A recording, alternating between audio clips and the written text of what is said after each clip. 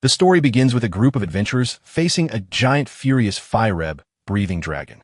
One of them is Biza, an A-rank shaman from the Golden Hour Guild, ready to support his team. Another member is Rodic, an A-rank mage who also belongs to Golden Hour and won't stop casting fire spells. Kunin and Shrank swordsmen order Saki to find an opening and deal the final blow to the monster. At the same time, someone shouts for our protagonist, Yuki, to stay hidden in the rear so he doesn't get hurt. Then we see the young man, who is just an F rank with no class or guild, working as a simple porter. The boy just agrees with the order and says yes while watching the battle from a safe place. Meanwhile, the group's mages continue to cast their powerful spells against the large creature. With the dragon distracted by the attacks, Kunin yells for Saki to strike with all her strength now. The swordsman then leaps into the air, preparing to deliver a powerful blow against her adversary. With a focused and determined look, she prepares to activate one of her abilities. She then uses her luminous slash technique, creating several cuts of light that go straight for the monster. Hit head on a great creature lets out a roar of pain, feeling the power of the girl's attack. With that, the beast falls defeated, and Yuki watches impressed by the power of the S-rank group. The protagonist is amazed thinking about how they managed to defeat a dragon so easily. It's explained that decades have passed since dungeons appeared, and adventurers have been fighting monsters. As a result, many abandoned or unknown dungeons end up getting out of control and becoming a problem furthermore.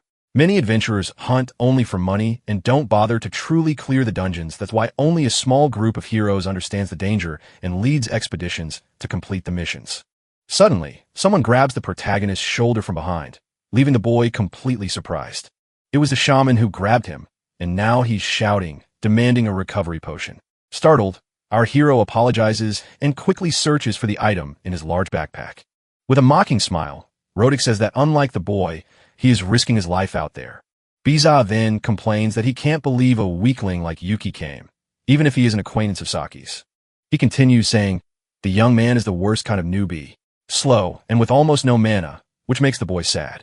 At that, the leader, Kunin, tells the two to stop talking because that dungeon is estimated to be Shrank. With a serious look, he states that this is no place for them to be making jokes. The two then apologize, and the leader turns to give an order to our protagonist, Yuki. He says that if the boy is also a member of the group, he must immediately do what he was told. The young porter just nods and responds with a yes, wearing a nervous expression. After the lecture, the group of adventurers continues to advance through the dangerous dungeon. Yuki then reflects that a moment ago, he didn't have the mindset of a true adventurer. The boy blames himself for getting too excited seeing the hero's power up close and getting distracted. He thinks this was a great learning experience, but there's still a problem. The protagonist recognizes that their power levels are too far apart, as he doesn't even have a class. Even so, he promises that one day he will become an adventurer like them, but Saki calls out to him. The girl warns him, saying that getting distracted during an adventure is forbidden and asks him to be careful. She adds that she doesn't want to lose anyone else from her family, and the boy says he understands. Yuki then remembers a bad feeling that he never wants to feel again. With that, a memory from 2 years ago comes to the boy's mind about the collapse of a district. The tragedy was caused by a dungeon outbreak, and the news said survival was unlikely. In a hospital room, young Yuki and Saki were watching the news about the disaster on television. It's revealed that the two grew up together in an orphanage and had many happy memories there. They dreamed of being adventurers, and that's why they left the orphanage to pursue their dreams. But the place they called home, where they could always return, was taken from them. Not just their home, but also all the dear people who lived in the orphanage with them. A dungeon disaster destroyed everything in a terrible fire, taking away everything they loved. Back in the present, the protagonist affirms with determination that he will prevent tragedies no matter what. At that moment, a small one-eyed monster stealthily appears behind Yuki without anyone noticing. A mysterious figure then says he has found him and that the boy is the final bait for his plan. Suddenly, something attacks the protagonist from behind, and the boy turns around, startled by the strange feeling. He then wonders what that was and sees this small creature fallen on the ground near his feet. Seconds later, the creature is hit by a dark energy and explodes into several pieces. The explosion activates a huge red magic circle on the ground, trapping the entire group of adventurers. The leader, Kunin, realizes it's a teleportation trap and shouts for everyone to brace for impact. Meanwhile, the mysterious voice tells them to welcome that human with a wicked smile. With a flash of red light and a lot of smoke, the entire group is teleported to another place. Upon arriving, they look around confused, wondering where on earth they are and if it's the boss room. Kyunin then orders everyone to form a circle and stay alert. And he asks Yuki to prepare the return item. With her sword in hand, Saki senses a presence approaching and says something is coming their way. A puddle of a red liquid begins to bubble on the ground right in front of the whole group. The leader, Kyunin, clicks his tongue in frustration as he senses the imminent danger. Suddenly, a foot wearing an elegant shoe steps into the red puddle without a care. The figure of a white-haired man appears, and someone calls him the Demon King. Our protagonist, Yuki, is completely shocked and breaks into a cold sweat at the enemy's appearance. It's explained that this is the sinister title given only to the bosses of S-class dungeons. Without wasting time, Saki charges forward with her sword to attack the powerful adversary without fear. At the same time, Koen prepares one of his ice abilities to support the swordsman. He then launches a powerful triple ice dart that flies straight toward the enemy. Saki also leaps into the air to attack the Demon King from above. As the darts close in, the girl then uses her luminous slash ability once more with all her strength. But the monster complains that young people today have no manners and easily stops the attacks. The ice lances shatter into pieces before even touching the adversary's body. At that moment, other monsters appear beside the Demon King, who says the heroes are ignorant. Suddenly, Kyunin is thrown far away by a surprise attack and cries out in pain. An elf with green magic circles appears and says, "Oh my." With a smile on her face, she then comments that an extra intruder came along with them, referring to our hero. Elsewhere, a beastman attacks Bessa with a powerful and swift kick. The shaman tries to defend himself from the blow with his arms, but the enemy's strength is too great. Rodish is also attacked by a giant monster and can't react in time to the blow. The mage is shocked as a monster in a top hat whispers that they are not there to play around. A red magic circle glows intensely on the ground, showing the seriousness of the situation. A red-haired woman then warns everyone that the fearsome Demon King is coming. The leader, Kyunin, becomes tense and says that if they continue like this, they will all be eliminated with no chance to escape. From behind, our hero observes the scene and wonders if he can create an opening for his friends. The word Kali mate echoes in Yuki's mind, and the boy falls to the ground, utterly terrified. But he refuses to give up and vows to himself that he won't let the tragedy repeat itself. With that, he thinks about what an adventurer would do and quickly looks for something in his backpack. With a determined look, he grabs the return item and understands what needs to be done now. The protagonist then lights the lighter, which is actually the activator for the escape spell. Suddenly, golden magical gears appear in the air, ready to initiate the teleportation. A message announces that the return sequence has been activated, leaving all his companions surprised. Next, a 5-second countdown begins for the escape to be completed. Yuki then turns to one of the monsters and calls him out for a direct confrontation with a smile. The Demon King's minion is surprised by a sword that pierces him from top to bottom. Our hero is the one holding the weapon and tells the villain that he is his opponent now. The pink-haired monster just smiles disdainfully, amused by the F-rank boy's attitude. His friends shout for him to come back, because if he moves forward any further, he'll be out of the teleportation's range. Saki also screams the protagonist's name, desperate and worried for his safety. But Kyunin understands the young man's plan and realizes his goal is to sacrifice himself for the group.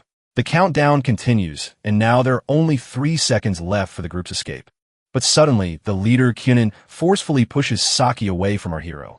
The protagonist is confused and asks what the swordsman is doing at that moment. With a nervous smile, he looks back, seeing his companions far from him near the portal. Kyunin then praises the boy's attitude, while the girl looks at him shocked and confused. The Beastman monster realizes that the leader understood the young porter's sacrifice plan. Without hesitation, the enemy lands a powerful punch right in our protagonist's stomach. Fallen to his knees, the villain asks what the boy is plotting while he feels immense pain. The countdown doesn't stop, and now there are only 2 seconds left for the teleportation. Even on the ground and badly injured, Yuki continues to hold the return item's activator firmly. With difficulty, he extends his hand toward his friends in a final effort. The countdown reaches 1 second as the monsters watch the scene with curiosity. Saki then cries upon seeing that the return item has been thrown and is now heading toward her. The Demon King and his servants just watch everything with serious and indifferent expressions. Even injured, the hero smiles and promises that one day he will find a way to defeat them. At that moment, a gloved hand catches the return item in midair before it hits the ground. It was Kyunin who praises the boy's splendid judgment for having sacrificed himself for the team. With that, the countdown reaches 0 and the teleportation is finally activated.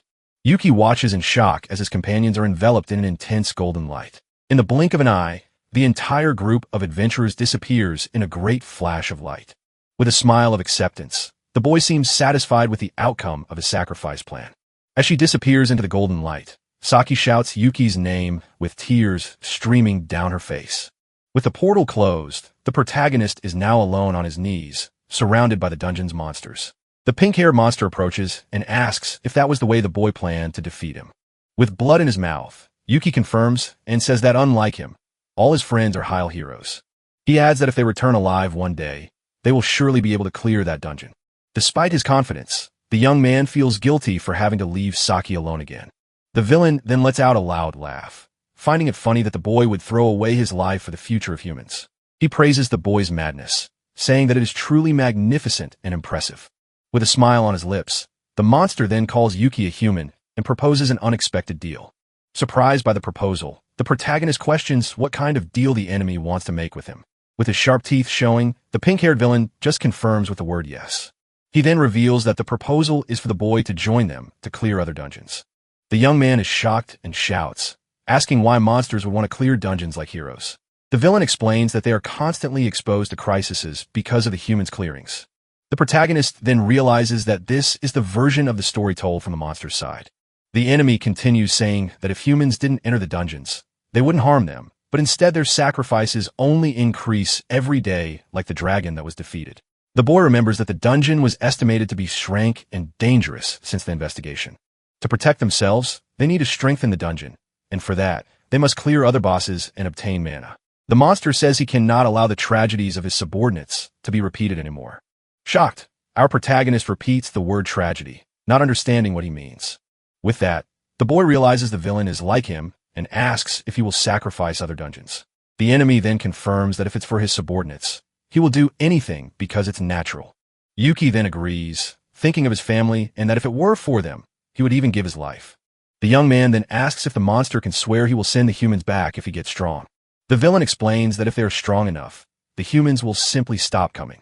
The boy says he can trust him, but that the enemy warns that if he doesn't believe, they will all perish. He adds that he will take many humans with them if that happens in the future. Yuki thinks that if he lets them loose, many sacrifices will occur until his friends defeat them. At that moment, the image of the orphanage in flames comes back to haunt our hero's mind. With that, he understands that this is the only chance to prevent the tragedy from happening again. With his head down, the protagonist finally agrees and says he will cooperate with the villain's plan. He then shakes the monster's hand, sealing the deal between them with a determined look. But the boy shouts that he's not doing this for them, but to protect human beings. The enemy smiles, satisfied with the young man's decision. While his minions watch the scene with that, the monster declares that from that day on, the protagonist is their collaborator. Yuki then asks if someone like him, without even a class, can really help with anything. The villain holds the boy's hand and says that this is the most important part of it all.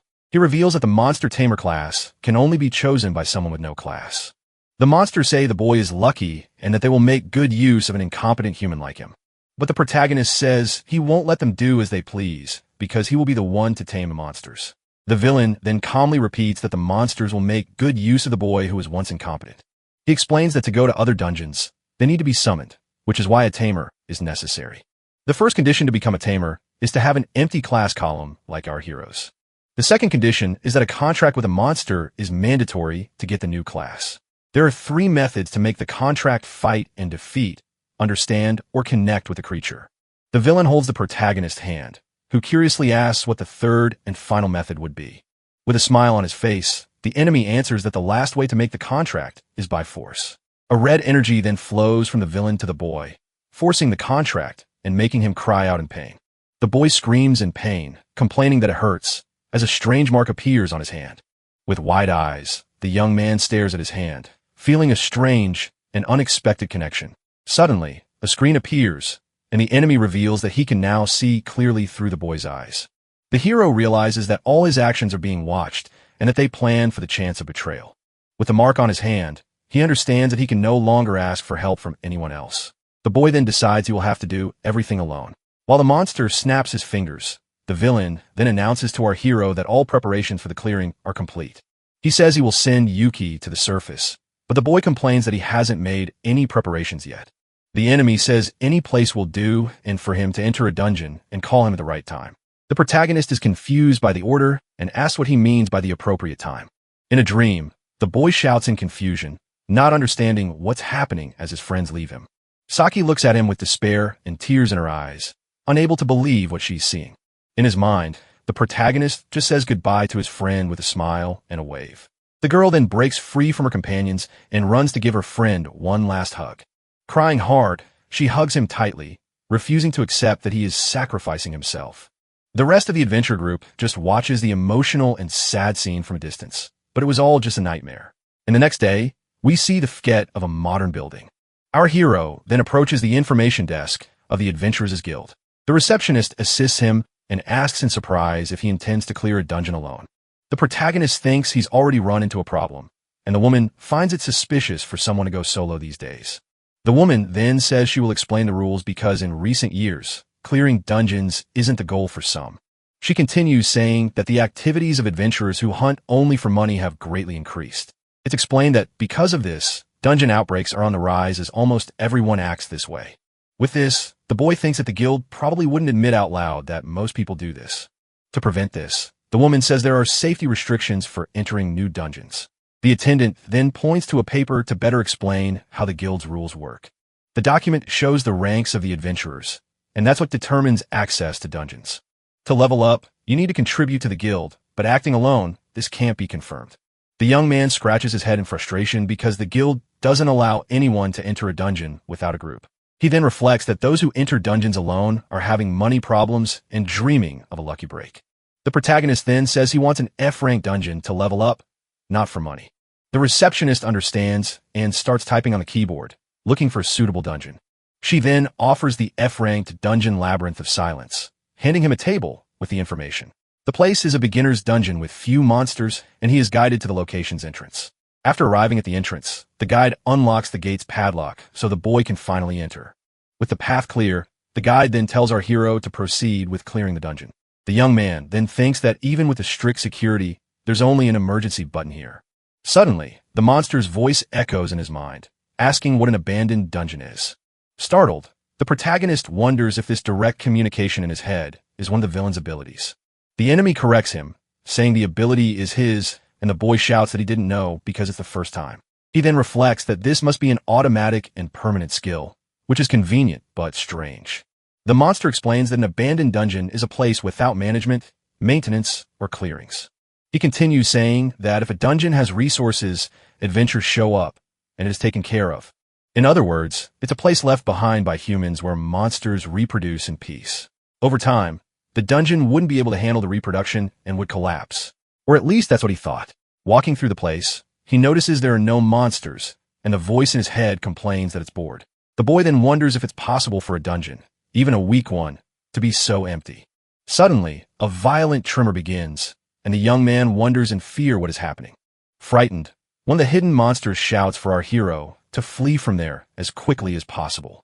Other adventurers then flee from a green energy while shouting that the dungeon boss has appeared. One of the adventurers screams in fear at the size of the giant slime that appeared out of nowhere. The voice in Yuki's head says that since there were no humans, the monsters ate each other, and that's why the dungeon was empty. The villain adds that this is why only that slimy creature grew so large and became so strong. Seeing the danger, our hero then points to a corridor and shouts for the two to go that way. But the large slime catches up to them, and the protagonist watches the scene, shocked and unsure what to do. The girl gets stuck in the green goo and screams that she can no longer move and has no strength left. Her foot sinks even deeper into the creature, and she lets out a cry of pain, feeling there's no escape. Suddenly, the slime pulls her inside with full force, and our young hero is completely paralyzed. Completely submerged in the goo, the girl seems to be drowning, unable to breathe. Yuki then asks if he can summon the monster, but he says the summoning would destroy everything and everyone. Desperate, the protagonist realizes this is not a good idea and that he needs to think of another plan. Meanwhile, the poor adventurer continues to sink into the slime with no way to escape the monster. Suddenly, the boy has an idea and a glimmer of hope appears in his focused green eyes. He then prepares to act and runs toward the creature, saying that in that case, he will handle it. Without a second thought, the young man dives head first into the giant slime to save the girl in danger. The voice in his mind lets out a laugh and says that now he's liking the boy's attitude. The villain calls him impressive and says that he takes action, even if it means getting hurt in the process. Inside the slime, the hero manages to reach the girl, and the voice says that he saves what must be saved. Holding the unconscious adventurer, the monster says that so the protagonist was that kind of person. With that, Yuki activates the mark on his hand and tells the Demon King that this is the appropriate time. Holding the girl, the hero shouts and summons the monster library with an explosion of red energy. A clawed hand emerges amidst magical symbols as a mysterious voice manifests. The villain's spiritual form appears behind the boy, saying he will let himself be used by his master. With the summoning, the protagonist feels immense pain and ends up spitting up a large amount of blood. Blood runs from his eye, and he thinks it feels like he's being burned from the inside. The monster then tells Yuki not to falter now, as the power is still being channeled. The creature complains that so much power came from just one finger, but for an enemy like this, it's enough. With a sphere of dark energy in hand, the villain's spirit prepares to launch the attack together. They then use the powerful ability called Chaotic Donner to destroy the slime. A gigantic explosion of pink and purple energy consumes everything around with immense power. The giant slime is disintegrated by the light, and our hero watches everything, shocked by what he sees. With his eyes still bleeding, the boy thinks that it wasn't a simple attack. It was much more. The adventurer he saved looks up at the sky terrified and says the power was horrifying. With the dungeon ceiling destroyed, the blue sky is visible and the place looks like a disaster. The other adventurer, who is with the girl, looks at our protagonist completely shocked. He says that Yuki is badly injured and that they need to carry him out of there quickly. The protagonist just responds confusedly, not quite understanding what's happening around him. The young man then starts to lose his strength, and his body slowly slumps forward. He thinks it's no use as he can't stand up anymore, and his vision becomes all blurry. With that, the boy finally passes out and falls to the ground while the two watch him with concern. A few days later, in the dungeon of the Endless Abyss, our hero is in a large hall. He looks at his new E-rank ID and thinks that he leveled up while he was in the hospital. The boy remembers the two carrying him and wonders who really saved him. Meanwhile, in front of him, a glass of wine is served by someone with an air of mystery.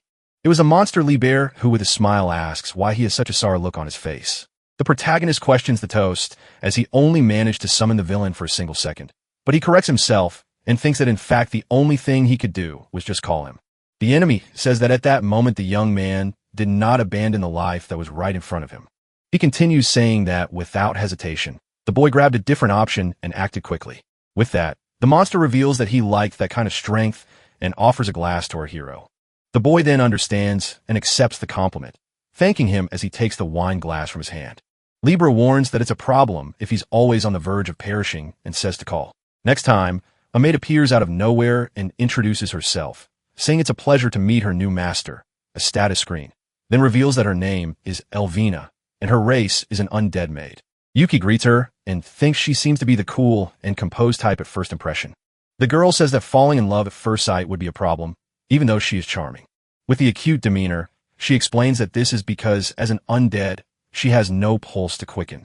After the strange joke, the three stand still in the large hall in a moment of silence. The protagonist asks if she'll be okay, but the villain assures him that she is stronger than him. The maid then makes a peace sign and says she wants to be a maid who is easy to talk to and relate to. Libra's voice then says that first the boy needs to level up to withstand his summoning. With that, the fire monsters guarding the stairs launch their attack without hesitation. But the undead maid moves forward first and lands a powerful punch on one of the creatures.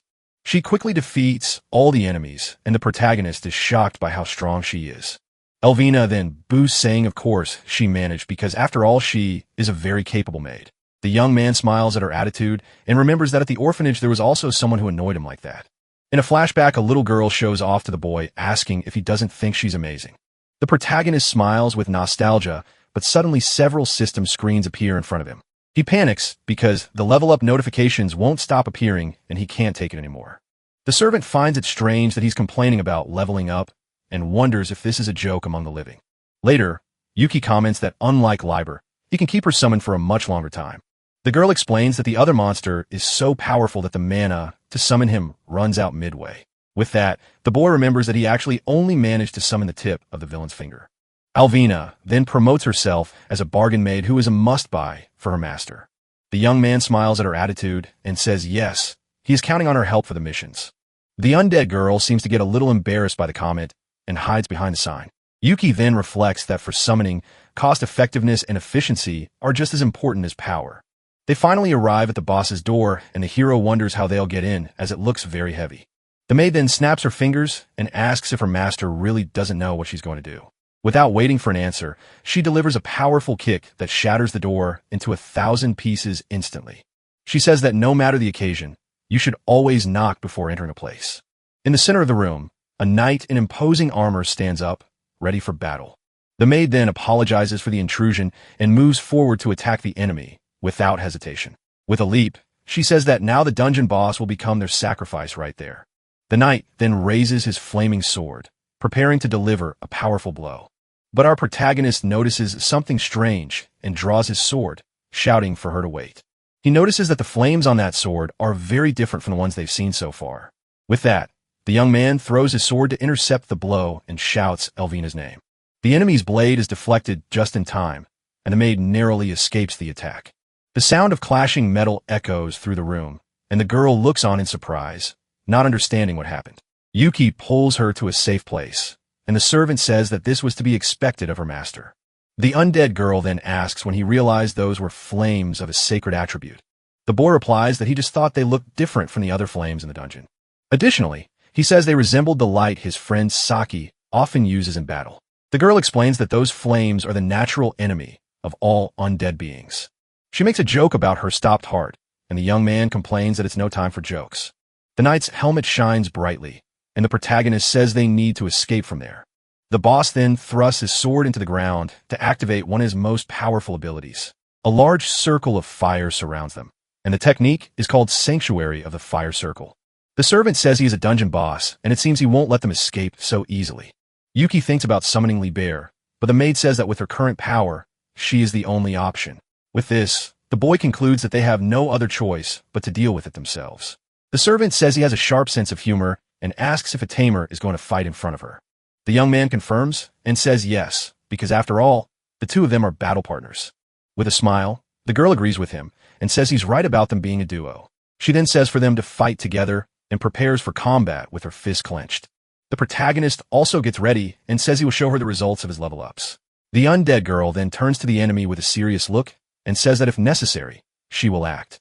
The boy then says he remembers something important that could help in the battle against the Fire Knight. He recalls that when he leveled up, he got a new ability that might be useful at that moment. With that, he activates his new technique called Demonic Eye of Truth, and his eye begins to glow. His new ability then analyzes the dungeon boss, revealing its attributes and its main technique. The maid asks if something is wrong, and the technique also shows her information in a danger warning. The knight charges to attack, and the protagonist shouts for his partner to quickly dodge the blow. The young man then pushes the girl aside, managing to save her from the enemy's flame explosion. He holds her tightly to protect her from the impact, and the undead servant looks at him, completely surprised. The boy explains that he can now see the attributes and abilities of monsters and even the danger level. With his eye glowing intensely, he can analyze any adversary he encounters. The girl says that this is a basic skill for a tamer and thanks him for saving her from danger.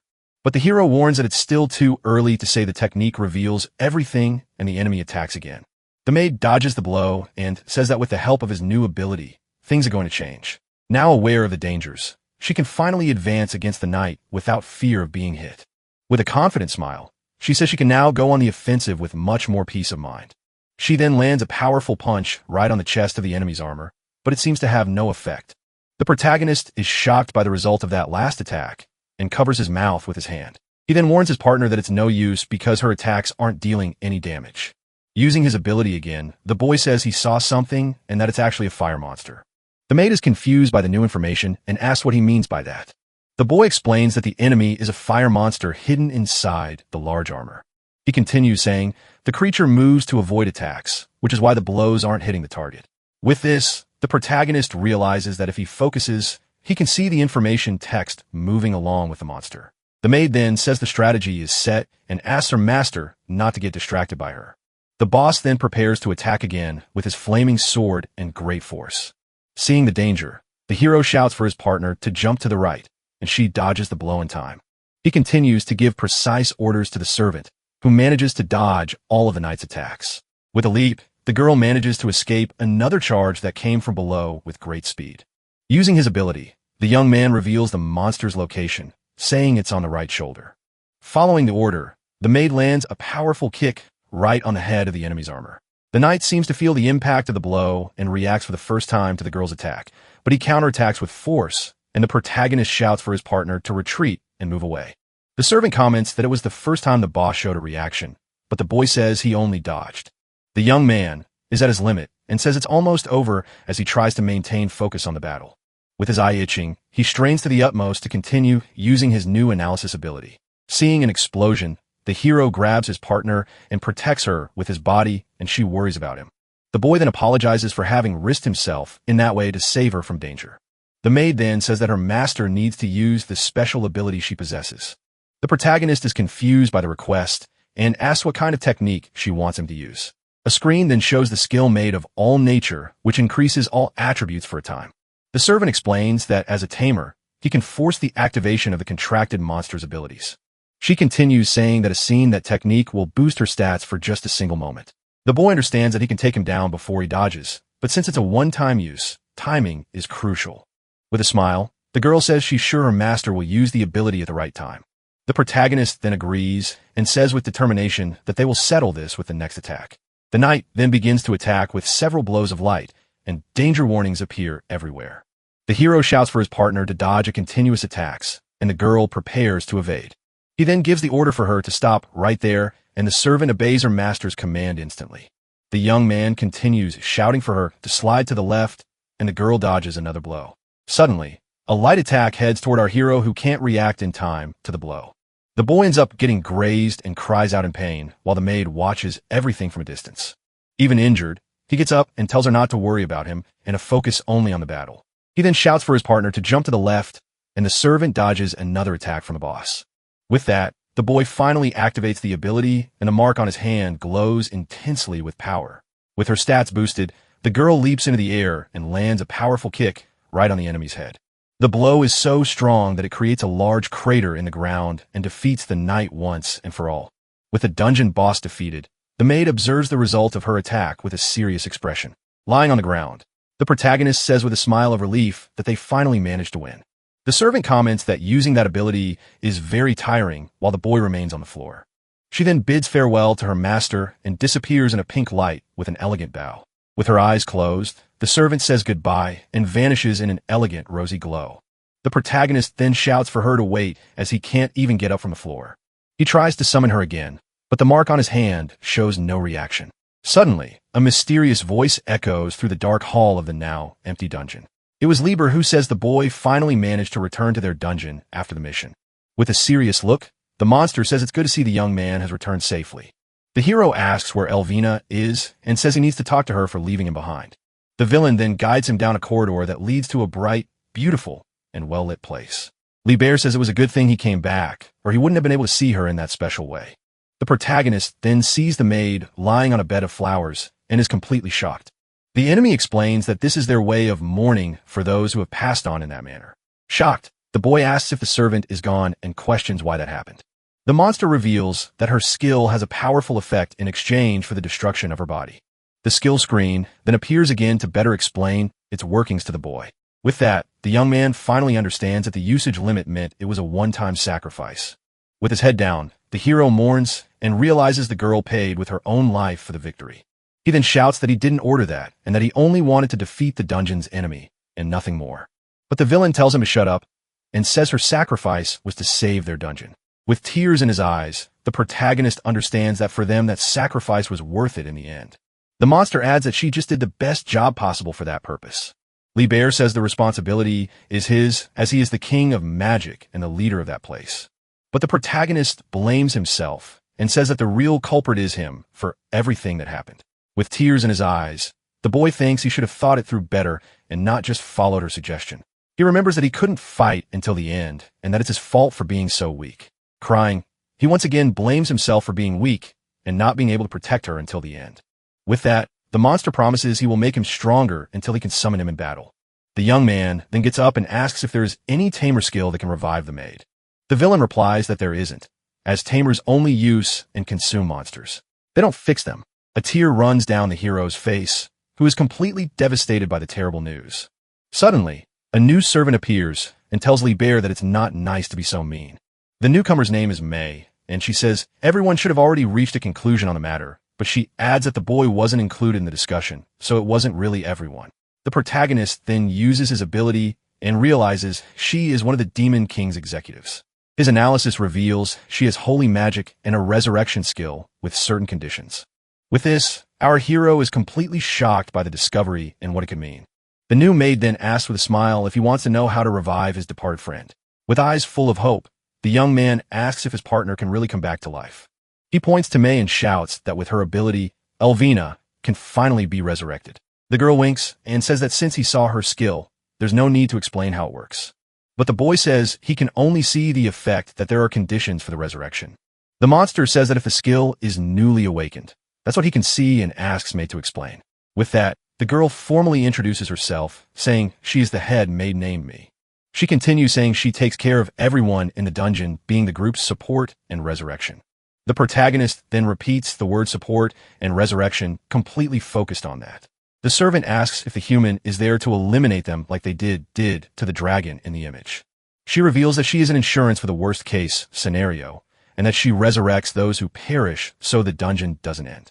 Our hero then gets excited, but the girl reminds him that he himself saw that there are conditions. First, she explains that the ability uses a tremendous amount of mana, being very inefficient. The maid gives the example that if she were to take him down and then revive him, the cost would be enormous. She adds that to revive a human, she would need enough mana to create a dungeon floor. With this, the boy reflects and wonders what the cost would be to bring Elvina back to life. The servant replies with a serious look that their dungeon would become significantly smaller. The protagonist thinks that if the dungeon shrinks in size, it would be much easier for others to conquer. The servant confirms and says that's why one of her companions was against the idea of using their own mana. With this, the boy has an idea and asks if they can't gather the unused mana over time.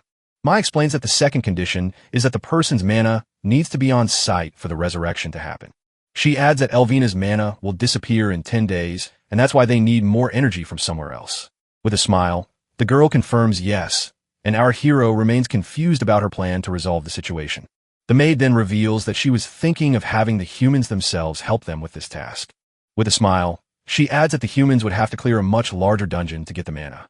The boy finally understands that if they steal mana from other dungeons, the resurrection can be done without problems. Liber then says that this is one of the objectives, but the dungeons they've cleared so far aren't enough. Yuki wonders how much mana is needed, and the servant says she knows nothing about the human adventurer's ranks. She reveals that she suggested they conquer a large dungeon, but all the other monsters got angry at the idea. The villain says he cannot expose the plan that Elvina protected with her life to mortal danger once again with a clenched fist. Our hero then offers to undertake the dangerous and difficult mission alone. The monster says this is reckless and that without a plan, the boy would end up like his former battle partner. The young man agrees, but says that if this is the only way to save her, he has to try even if it's risky. With a determined look, he states that he simply cannot choose any other path to follow now. The boy then faces the villain and reminds him of the contract the two made at the beginning of their whole journey. With a tear in his eye, Libra agrees. I seems he has something more to say to the young hero. A drop of blood falls on the grass, and the villain says that in that case, he will do what is necessary to help. With that, the Demon King summons one of his minions and tells him to train our protagonist. Yuki then recognizes the man in the suit and remembers that he fought against Saki at the beginning of the adventure.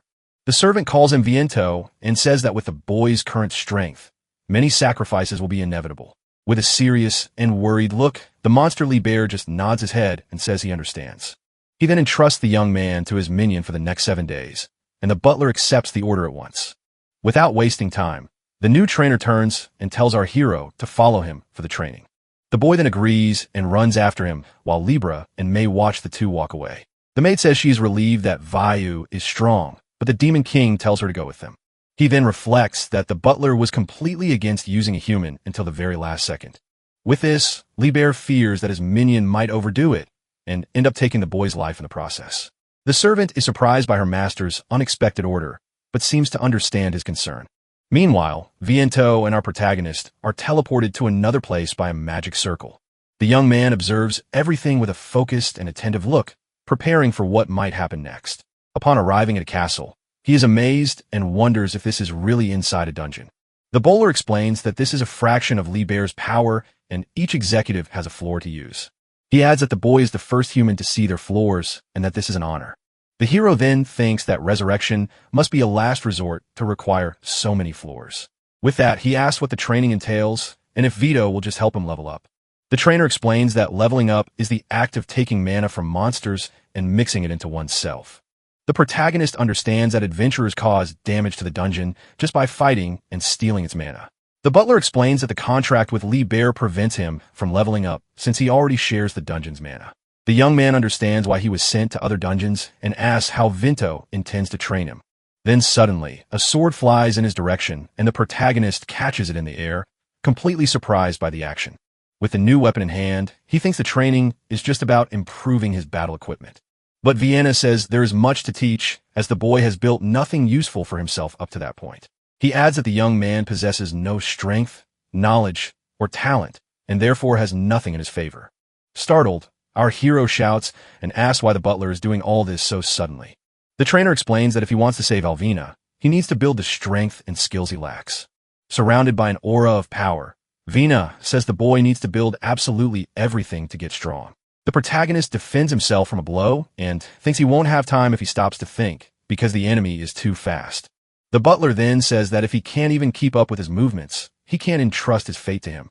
With that, Yuki realizes that his opponent's intention is to really fight seriously without holding back.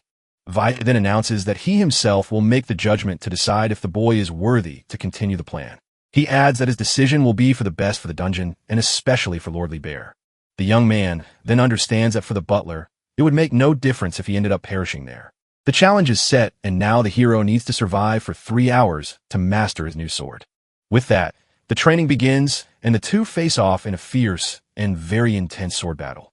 With a determined look, the protagonist shouts that he will come back to life with the will to perish if necessary. Suddenly, a skill screen appears in his eye, which begins to glow with a powerful golden light. With that, he activates his magic eye of truth to analyze the enemy, while Vinto prepares an attack. The screen reveals the butler's ability, which is called Blued Flower Blade of the Water, a tribute. The protagonist realizes that any blow is fatal and wonders if the power difference is too great. With that, he understands that if he can't defend, he needs to move to where he can't see the danger. Vint then advances and asks mockingly if that is the only ability the boy can use. Without hesitation, the trainer attacks with his purple sword in a powerful blow that goes straight for the young man. The butler kicks him away and says his judgment is slow and that he only thinks after being blocked. He adds that fighting that way is the same as asking to be easily defeated. Our hero tries to defend himself from the fast attacks, but the enemy is much stronger and more experienced than him. With the danger alert in his eye, the boy tries his best not to get hit by the blouse. Even so, he doesn't give up and prepares to try a new strategy with the butler's next attack. With that, the protagonist advances with his sword glowing blue, ready to counterattack with everything.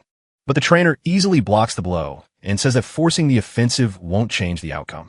In the blink of an eye, the butler uses a swift attack that throws the young man far away, with no chance of defense. Lying on the ground, the protagonist spits up blood and realizes how great the power difference between them is. The trainer observes him with a serious look and seems to be analyzing the boy's progress in the battle. Even injured, the hero gets up, and Vienna says his movements have improved a bit since the beginning. The boy then reveals that he saw the sword's movements and the most efficient way to defend against the blows. He shouts that his eye can understand how a monster moves and not just see the enemy's stats. The butler seems surprised and says it appears the young man isn't just watching the battle happen. Even so, he states with a serious look that it's still not enough to defeat him. Veno says their physiques are different, and therefore the boy has no chance against his attacks. He continues saying that even the strength of his arms with the sword doesn't compare to the young man's.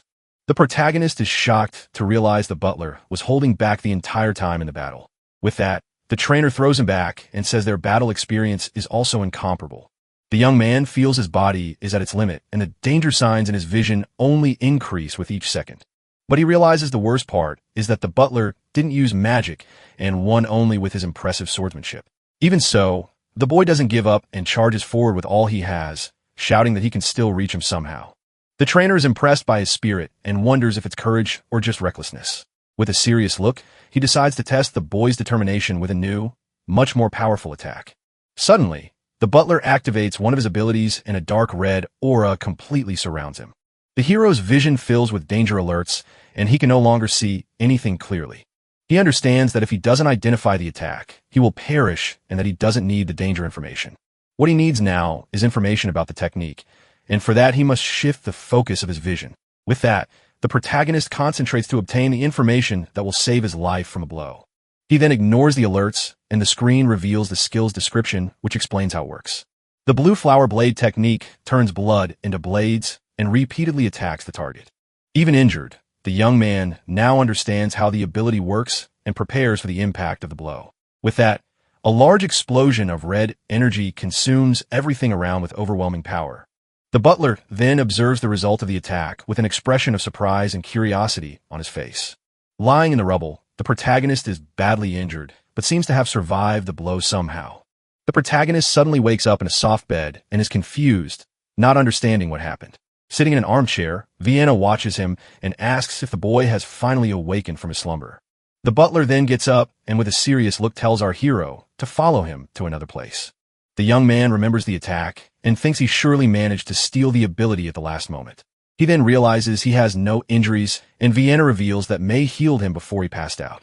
The trainer comments that although it was a crude imitation, the boy's action was bold. He adds that trying to steal his technique at the last second was something impressive to see.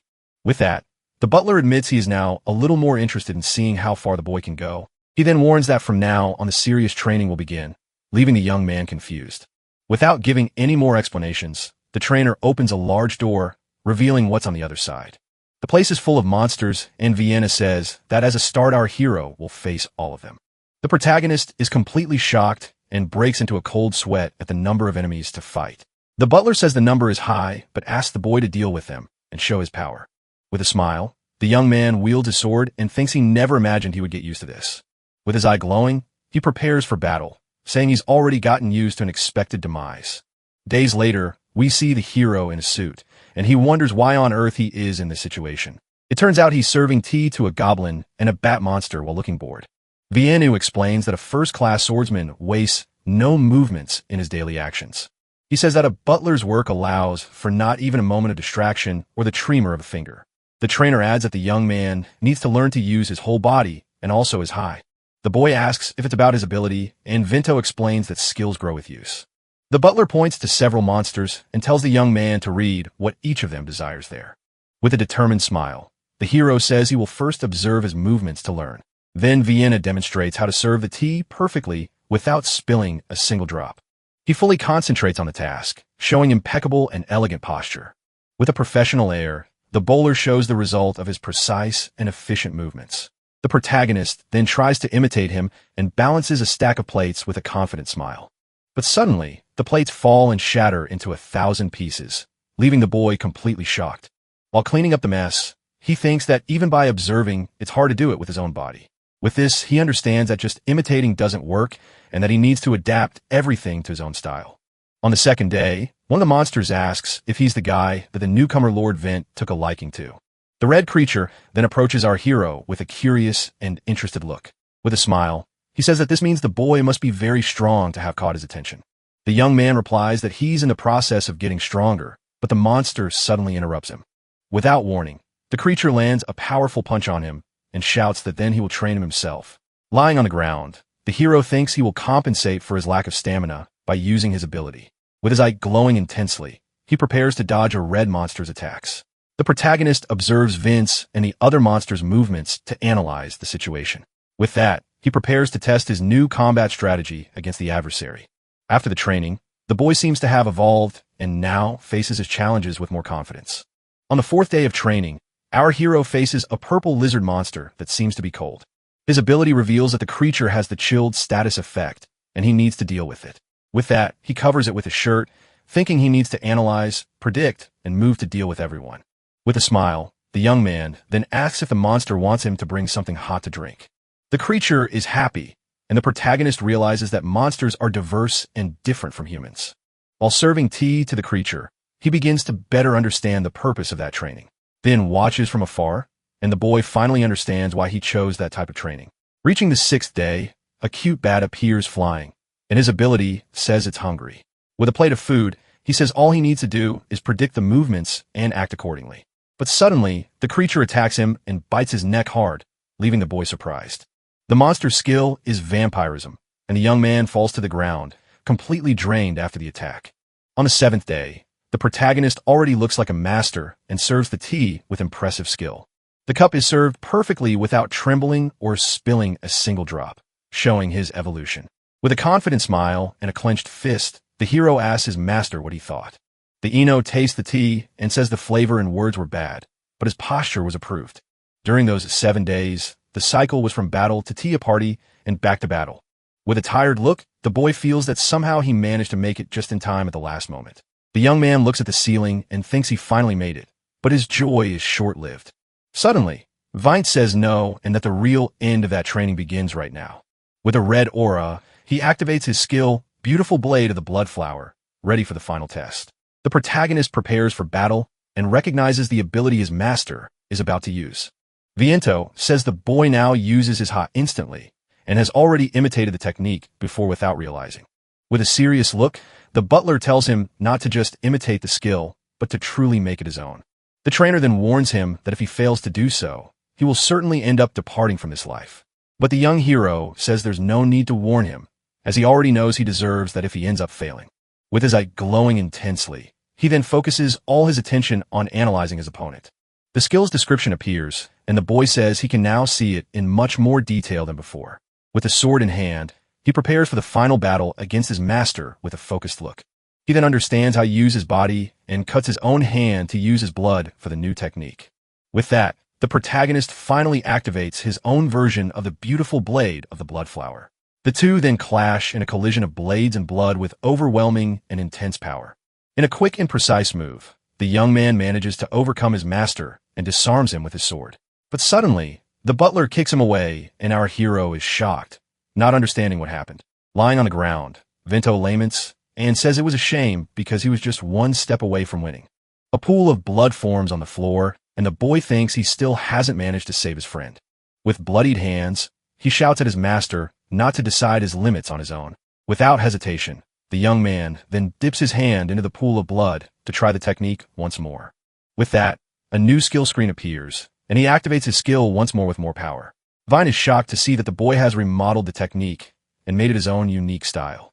With a determined look, he shouts if the butler really thought he would give up just because he failed. The protagonist shouts that this is a battle quantity and attacks Vint with everything he has now. With a great flash of light, the boy then launches his most powerful attack against the adversary. He then shouts and asks what the butler thought of his new and powerful battle ability. But Veno stops the blade with his hand and praises the boy, calling him splendid and by his name, Yuki. Though exhausted, our hero asks with a serious look what the trainer thought of his attack. The master says he can't use that technique in succession, and the young man seems to agree with him. With his body trembling, the protagonist admits he's already at his limit and can't fight anymore. At that, the boy starts to fall, but Vienna catches him before he hits the ground completely exhausted. The butler says there's still much to teach as he carries him, but his cell phone vibrates on the hall floor. The message on the screen is from Saki and says she found the dungeon exploration he asked for. Elsewhere, the girl looks at some papers and wonders if her friend will be okay on his own. She seems to be in an office and remains worried even though it's a joint operation. The document she holds reveals that the mission is about exploring a B-ranked dungeon. The B-ranked dungeon has a still unknown boss, and a strange blue cross glows in the location. Back in the hall, Yuki tells Lee Bear that tomorrow he will conquer a B-ranked dungeon. With a smile, the Demon King comments that it seems the boy has finally acquired some strength. The butler says his manners are knave, but now he can use his sword a little. The Demon King then asks if an E rank like our hero can really enter a B-ranked dungeon.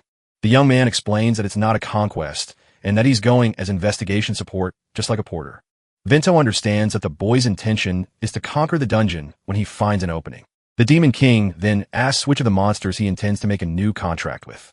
With a mysterious smile, the protagonist thinks for a bit before giving his final answer. The butler Vento stares at him with a serious and slightly surprised expression at the boy's choice. The servant May is also shocked by the young man's decision and can't hide her surprise. With wide eyes, Labor then asks if our hero is really serious about that. The next day at the Adventurers Guild, Saki appears and waves at Yuki with a big smile. The blue-haired girl seems very happy to see him again and calls his name with great enthusiasm. Surprised, he asks how she knew he started using a sword, and she just smiles at him. The boy apologizes for the favor, but she says it's all right as she gets many requests like that one. With a wink, she adds that it actually helps to have someone she knows around. At that moment, another adventurer approaches and calls for Lady Saki in a very lively tone. A group of 3 men tells them to hurry up, and the leader asks who our hero is. Yuki wonders if they are members of the group, but the girl quickly says they are not in any way. She explains that they are volunteers who accepted a request from the guild and were not invited by her. Saki continues, saying they want to rank up by doing low-risk missions with an S ranker. The group's leader then points to the boy and asks if he's an A rank for being with her. The girl says that Yuki is an A rank, and he confirms it, asking if that's some kind of problem. The adventurer then laughs and shouts that our protagonist is weaker than all of them. The group protests, saying an E rank will be a burden and that she should take the 3B rankers with her, but she ignores them and comments to the young man that he has already conquered 2 dungeons alone, right? Our hero thinks that technically he didn't conquer the dungeons alone since he had help from the monsters. The other adventurers mock him, saying that no one of a low rank makes dungeon conquest like that. Their leader complains that he wanted to take advantage of Saki's fame to become an A-rank adventurer quickly. With that, he says that having a solo conqueror there will make it harder for him to be well evaluated by the guild. Saki then interrupts him and says she has told him several times that this is just an investigation mission. With a smile, she then prepares to explain the target of the investigation, which is their dungeon itself. The group then advances to the Sealed Cave of Desires, a dungeon estimated to be B rank.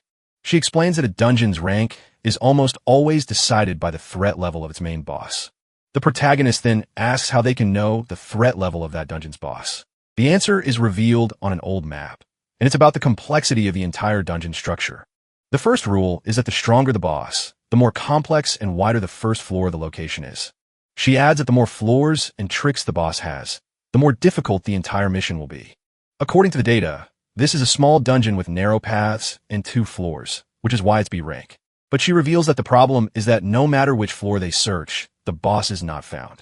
The boss is so elusive that the investigation request ended up coming to her, even though it's not her area of expertise. Suddenly, a giant worm-like monster emerges from the ground, attacking the group by surprise.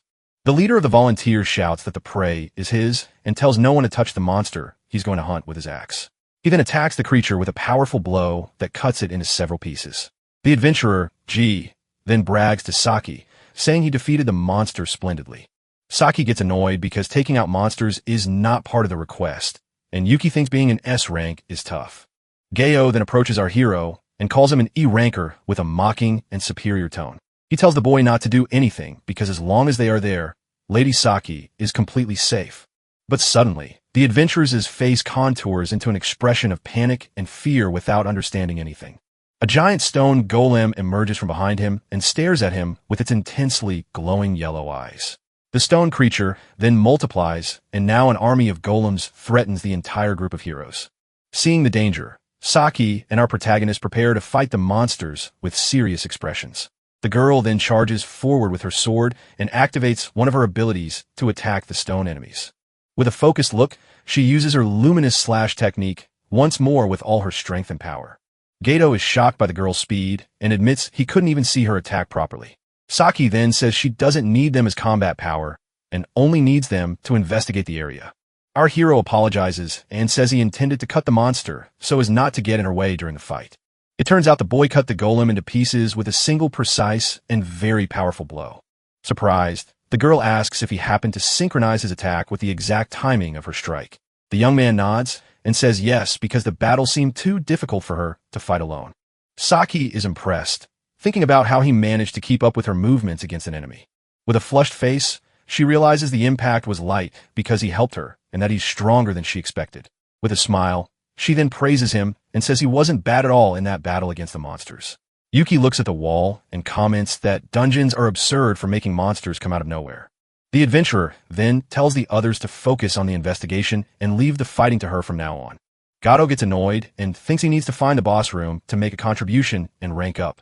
Even after 10 hours of exploration and fighting against the stone monsters of the dungeon, the group of adventurers led by Saki continues to search for any important clue. but they find no trace of the boss room, leaving everyone completely frustrated. The blue-haired girl then walks thoughtfully, trying to find a solution to the mystery. She says there is no place that seems to lead to the next floor of that strange dungeon. Suddenly, our protagonist touches a wall and asks what's on the other side. Gato then calls him in rancor and laughs, saying that as expected, he knows nothing about dungeons. He explains that a dungeon is an alternate dimension made of mana and that it's not a real cave. Kicking the wall, he continues saying that even though it looks like a cave, things are different. The adventurer warns him that if he digs into the wall, he'll just hit a layer of mana and get hurt. With his eye glowing, the young man says that to him. Things don't seem like what he's describing. Gato is confused and doesn't understand, asking what the boy means by that statement. With his ability activated, he reveals that the wall and the cave are made of the same material as the golems. The analysis shows that the race is a clay golem and its attribute is earth, which shocks everyone there. Saki then understands everything and tells everyone to move away as she activates her luminous/skill. With a powerful blow, she destroys the wall into 1,000 pieces, revealing a secret passage. Surprised by the discovery, the girl shouts for everyone to enter the hole she just opened. The group then advances through the new dusty passage filled with rock debris everywhere. With a serious look, the protagonist observes what's on the other side with great attention and curiosity. Everyone is shocked to see a giant golem made of other golems as if it were a single being. Gato asks in fear what that thing is and can't believe the size of the monster. Saki then reveals that they weren't inside a dungeon the whole time as they thought. In fact, they were inside a giant golem that was pretending to be a dungeon. The adventurer shouts and asks why an Earth AA monster would do something like that to them. With a serious look, the girl replies that the reason was to deceive the guild's rank assessment. Our protagonist understands that this is the real first floor and that the rank is much higher. The place has a super large scale that gives the illusion of being outside because it's so vast. With this, Saki states that the dungeon is undoubtedly a rank and is close to becoming an S rank. The young man and the girl look at each other worried about the level of danger they are facing there. With the communicator in hand, she announces that she will first share the information with the guild. The message reveals that this is a super large A-rank dungeon, not a B-rank one. The deserted first floor contains only golems disguised as a dungeon to deceive adventurers. Saki looks to the horizon and spots a castle floating in the air, leaving everyone surprised by the sight. Gato asks if the giant golem will move anymore, and she says it's shut down to conserve mana. The adventurer asks what the monster's duty was, and the girl replies that it was to prevent a conquest. With a serious look, she comments that monsters are intelligent enough to think so far ahead. Kato says that monsters are just wild animals, but she explains that dungeons are front lines. Yuki remembers the monsters from Lee Bear's dungeon and thinks that they have intelligence and strategy. With a thoughtful look, he adds that some of them even have feelings. The blue-haired girl then agrees and says, yes, because monsters are not just wild animals. Saki says it's a blessing because they found the danger before it became shrank and can now attack the boss. With that, she faces the golem and declares that the investigation is over and the dungeon conquest begins. The girl then points to the exit and tells the other adventurers to go back and report everything to the guild. But our hero says he can't go back now and that he will stay to fight alongside his friend. The adventurer then turns to the boy and asks if he is really going with her into battle. With focused eyes, the protagonist faces her and her image is reflected in his green pupils. With a smile, she asks if he's sure and says she needs someone to carry information. She then points to the young man's chest and states that of everyone there, he is the best choice for the mission. Suddenly, the girl grabs him by the collar of his shirt, leaving the boy completely surprised by her action. With a serious look, she says that this time the two of them are going home together no matter what. The young man then agrees with his partner and replies that yes, of course, they will go back together this time. With that, he remembers the orphanage and Elvina and vows that he will not let anyone else go ever again. The girl then picks him up with a smile and says for them to go as the word ability echoes. With that, she uses her luminous formula skill to fly at high speed, carrying Yuki with her.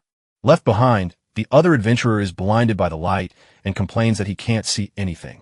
With an irritated look, he says he's not going home like that and refuses to give up on the mission. Suddenly, a piece of the golem with a glowing core falls to the ground right in front of the man. With that, Gato uses the item to create a shortcut and shouts that they will take the shortest path. Meanwhile, Saki and our hero arrive in a throne room, and a voice questions them in surprise. A mana explosion occurs, and Yuki wonders if this is the deepest part of the dungeon. A pink crystal creature appears, and our hero asks if she is the boss of this dungeon. She introduces herself as Carrot, the jewel golem, and says she will become the most beautiful demon lord. The young man then understands that she was secretly accumulating mana, and the villainess confirms it with a smile. The enemy says that little by little she has been polishing her own beauty there. Suddenly, the dungeon boss activates her ability called Carrot's Critical Cutter. With that, she charges to attack and shouts for the protagonist to be enchanted by her battle power. But the boy is not shaken and activates his own skill, which is called Demon's Eye. The villainess is surprised because with her technique, she can create several clones and attack at once. The young man realizes the blow is very fast and would be fatal if it hit him head-on at that moment. But he remembers his training with Viento and says it's not scary as he blocks the attack. Annoyed, the enemy shouts that it's useless because her body is much harder than the golems he faced. Our hero agrees with her statement as he firmly holds his sword with both hands. With that, he says all he needs to do is create an opening so his partner can attack.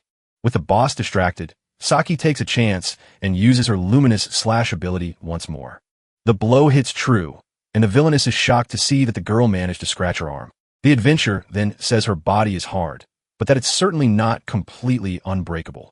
The protagonist observes the scene and thinks that just like the golems, strength skills are truly absurd. The dungeon boss complains that the blow hurt, but seems to be enjoying the pain she felt. Saki notices that the enemy hasn't lost her composure and that there's surely something more behind it. With that, the young man warns her not to let her guard down and asks his partner what's next.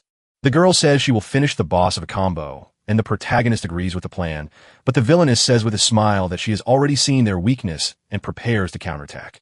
With that, she activates her skill Carrot Colossal Creation and shouts that she has found a weak spot. Our hero realizes she used a lot of mana, but Saki is confused because nothing happened in the hall. Suddenly, the adventurer realizes what is happening and shouts that it can't be. No way. The giant golem regenerates outside, and Gato shouts that the path to the gate has been blocked. The boss then warns that if they don't save the other adventurers, everyone there will end up perishing. Saki understands that she is taking materials from other golems and says their situation is very bad. She thinks they won't make it if they waste time, and that taking her eyes off the enemy could be the end. The protagonist then calls his partner and, with a serious look, tells her to go save the others now. The boy adds that they cannot leave the creature unsupervised under any circumstances. With his sword in hand, the young man says with a determined look that he will stop her by himself. With a smile, the adventurer agrees and says she will leave the task of fighting in his hands. She then runs and shouts to her partner that they will have a party when they return from the mission. The villainess then mocks him and asks if the one who couldn't even scratch her will stay behind as a sacrifice. But the protagonist corrects her and says she's wrong because it is actually called trust. He then remembers Liber and Viento and says his friend also trusted him for that mission. The young man states that their positions are different, but that because they believe in him, he is there with that. An aura of fire surrounds him, and he says that's why he needs to respond to that trust. The dungeon boss is shocked and asks how he has the power of a monster like that. With that, the boy declares that from now on, he will fight like a true monster tamer. Wielding his sword, he warns that the technique belongs to a monster much stronger than the villainess. Hit head-on, the enemy shouts and wonders how the young man actually managed to cut her. With his eye glowing, he says he saw through her technique and used her movements without waste. Annoyed, the dungeon boss shouts that she will remake her technique and activates the skill Carrot Healing Cut. She then says he won't be able to parry this form and that she will entangle and skewer him to the end. The protagonist then challenges her and says that a blade like that will never be able to reach him. The villainess mocks him, saying he's full of openings, and with a smile shouts that she finally got him. The boy attacks her, but the enemy hits him and he says he let her get his arm on purpose. Shocked by the young man's action, the dungeon boss lets out in awe, not understanding his plan. He then shouts that he will use her own hardness and attacks her with a powerful, direct blow to her body. The villainess realizes the hero has been using her from the beginning to attack and shatters into pieces. With the mark on his hand, the protagonist shows her the power of a true monster tamer. The enemy then shouts that she will not forgive him for damaging her precious crystal shell so much. But the young man says with a serious look that naturally the battle won't end with just that. With that, he says he will show her real skill and activates the Carrot Change Curse class. The dungeon boss then uses compression, polishing, and decoration to create something new and powerful. She says she won't turn him into part of her collection as she did with other adventurers before. With a look of hatred, the villainess shouts that she will grind him until he becomes just a grain of sand in the desert. With that, She transforms and declares herself the hardest and most beautiful golem, the great master of the dungeon, Carrot. With a war cry, our hero charges forward with everything to attack the new form of the dungeon boss. The villainess then thinks that, as she imagined, she can't use that massive crystal properly. With a smile, the boy taunts her and asks if she and the golem aren't lacking a bit of talent. But the enemy laughs and says that jewels are more valuable the larger they are and attacks the young man. The protagonist dodges the blow and says no, and that actually what's really important is something else. With a sword in hand, he states that what's important is how beautifully you can cut the jewel. With that, he activates Vento's skill, Beautiful Blade of the Blood Explosion, with a focused look. Blood splatters on his face as he prepares the powerful attack he learned in his training. The dungeon boss is shocked and wonders why a human has the same skill as a monster. The young man then replies with his eyes closed that this is actually his own fighting style. With that, a shower of blood blades heads toward the enemy with overwhelming power. The villainess reflects the attack in her eye and realizes she managed to narrowly dodge all the blades.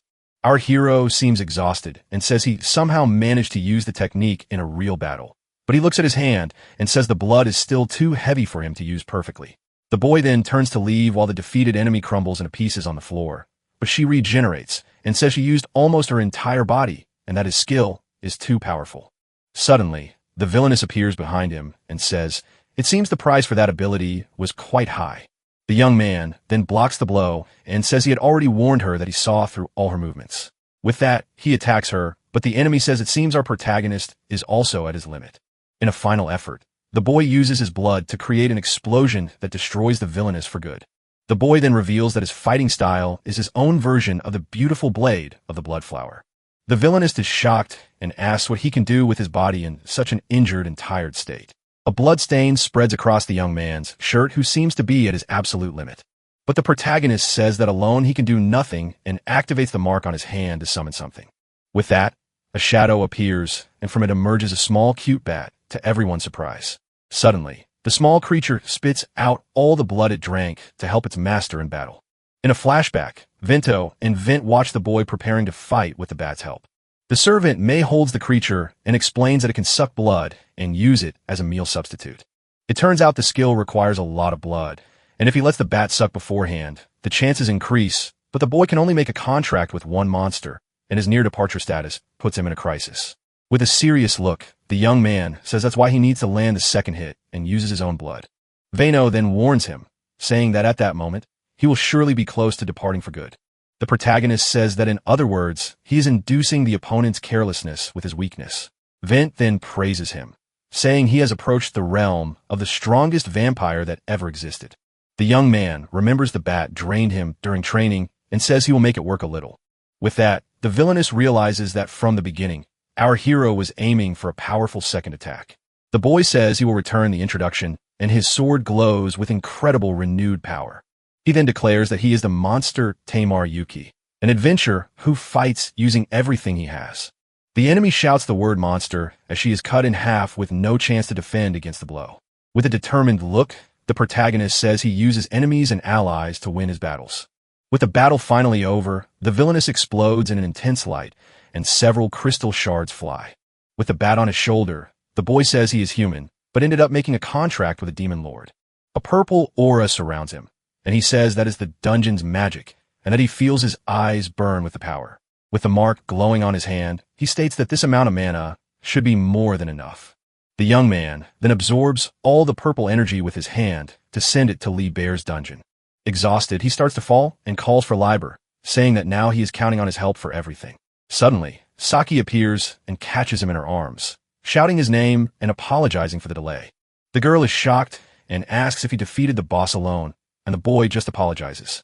Leaning on her, he says he can't stand because of anemia and asks her to help him get out. Days later, a crowd of reporters with cameras gathers for an important press conference. A man in a suit at the podium thanks everyone for coming and prepares to give the big news. He then reveals that a special situation occurred regarding the A-ranked dungeon that was investigated. With that, he announces that after explaining the details, the person involved will report everything directly. The photographers shout to take the picture because this will surely be tomorrow's newspaper headline. The man then calls to the stage the person who contributed most to clearing that dangerous dungeon. Two reporters comment that the fake dungeon part is already big news and what an amazing adventure. Saki then takes the stage and is announced as the great S-rank adventurer who solved the mystery.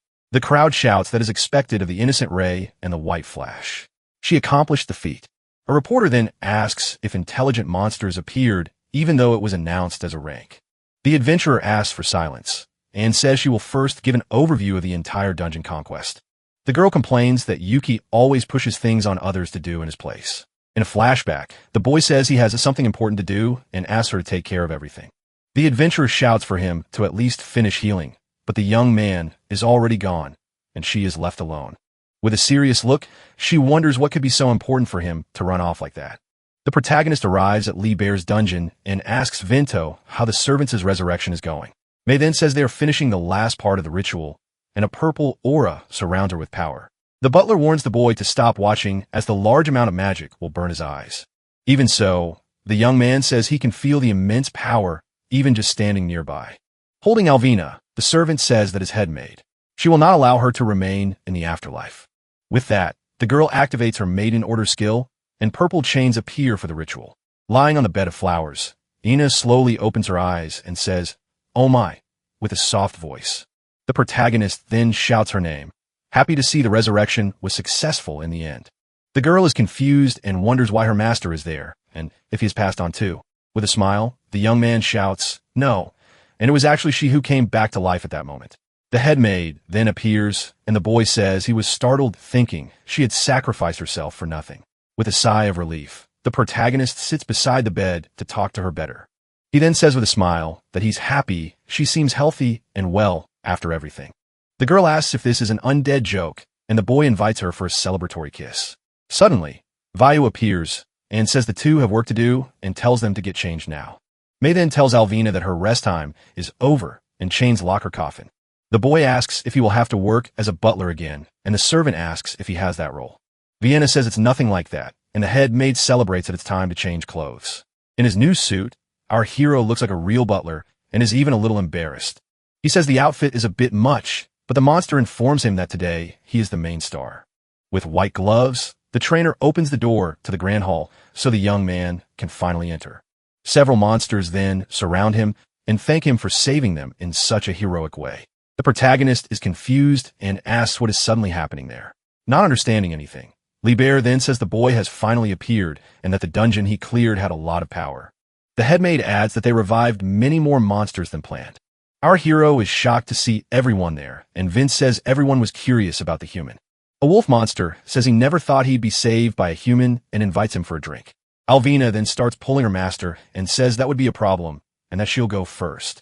The young man shouts Liebert's name as he's being dragged away and doesn't know what to do with the whole situation. With a glass of wine in hand, the Demon King just watches him with a smile and closed eyes. The monster then says that because of the choice he made, all those people were saved in the end. With a toast, he congratulates him and tells him to get used to receiving thanks from the monsters. But the protagonist states that he didn't do it for them and that it wasn't his real objective. With a focused look, the boy says that Elvina just reminded him of that girl from his past. With that, he turns and faces all the monsters with a determined and confident look. An image of Yuki, Saki, and the happy orphanage children at Christmas comes to our hero's mind. With a clenched fist, our protagonist seems determined with his decision to help everyone. But he opens his hand a little and seems to think better about the whole complicated situation.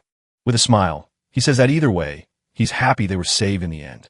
Suddenly, a wolf monster asks if he is Vince's disciple, and Elvina is shocked by the question. Libra then teases Viento and says that for him to complain so much, he must really like the boy deep down. He adds that the butler even prepared special clothes for our hero to wear. Vienna then redeers and says the same goes for his master, who also cares about the young man. Eating something, Liebert says that at first he thought they would use him, but the boy used them instead. He continues saying the young man achieved results far beyond what they expected at the beginning. With a smile, the Demon King observes the boy from afar and calls him that guy in a serious tone. He then declares that the protagonist would be the key for them to win.